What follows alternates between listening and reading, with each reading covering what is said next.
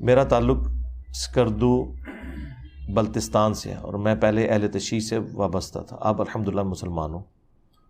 اہل تشیع بھی مسلمان ہے یار، یہ لکھا کریں کہ میں پہلے شیعہ مسلم تھا اب میں سادہ مسلم ہوں۔ ہاں، یہ میری ویڈیو میں اسٹوڈنٹس نے بات یاد رکھنی ہے، آپ لوگ یہ جو آپ کا بھی کلپ کسی نے کاٹ لینا ہے، وہ کہیں گے جی دیکھیں نا اس نے لکھا ہے کہ پہلے میں شیعہ تھا اب میں مسلمان ہوں، حالانکہ اس بیچارے کو پتہ بھی نہیں ہے، وہ یہ بتانا چاہ رہا ہے کہ میں پہلے یعنی شیعہ والا مسلمان تھا اب میں شیعہ سنی سے نکل کے سادہ مسلمان ہوں۔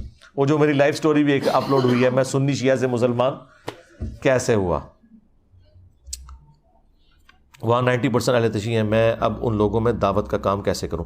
دعوت کا کام بھائی سنی اور شیعہ میں جو کامن بک ہے وہ قرآن ہے، توحید سے کرنا ہے۔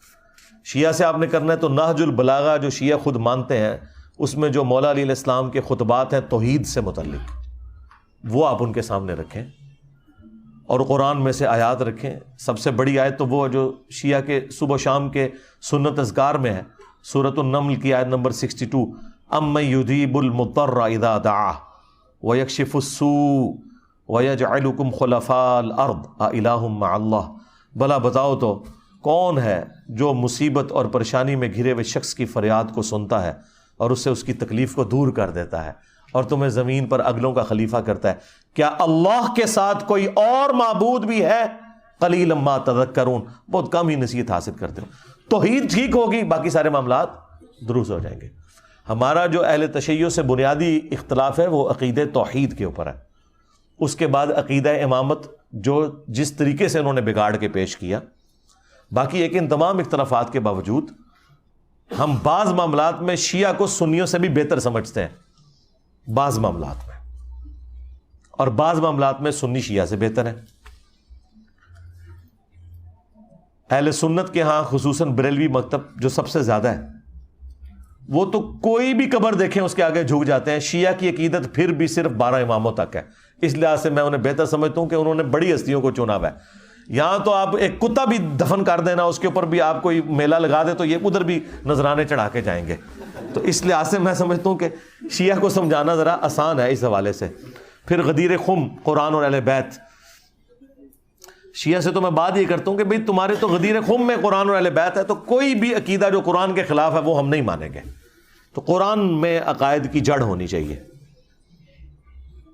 مصنف ابن ابی شیبہ میں پورا باب ہے رفع الیدین کی منسوخی پر، اکثر ہمارے بریلوی دیوبندی۔ مصنف ابن ابی شیبہ تو چھوڑ دیں بھائی، ترمذی میں، سنن نسائی میں، ابو داؤد میں بھی موجود ہے۔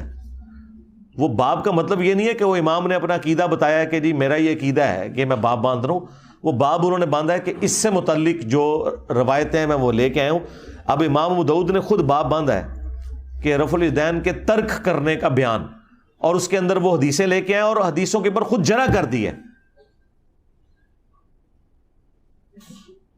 وہ تھوڑی منجی ٹھوکنے واسطے انہوں نے چیپٹر بندھا ہے۔ ہاں دیکھو نا، امام بخاری امام مسلم نے تو وہ روایتیں لی ہی نہیں ہیں جو ترک رفع الیدین پہ، کیونکہ انہیں تو پتا تھا یہ روایتیں صحیح نہیں ہیں، لیکن امام ابو داؤد نے منجی ٹھوکی کہ روایتیں رفع الیدین کی لیں، پھر ترک رفع الیدین کی لیں، ایک ایک روایت کے اوپر جرح کی ہے۔ وَلَيْسَ بِصَحِيحٍ عَلَىٰ هَذَا الْمَعْنَىٰ، ابن مسعود والی حدیث کے اوپر انہوں نے لکھا، وہ اس لیے چیپٹر باندھے گئے ہیں۔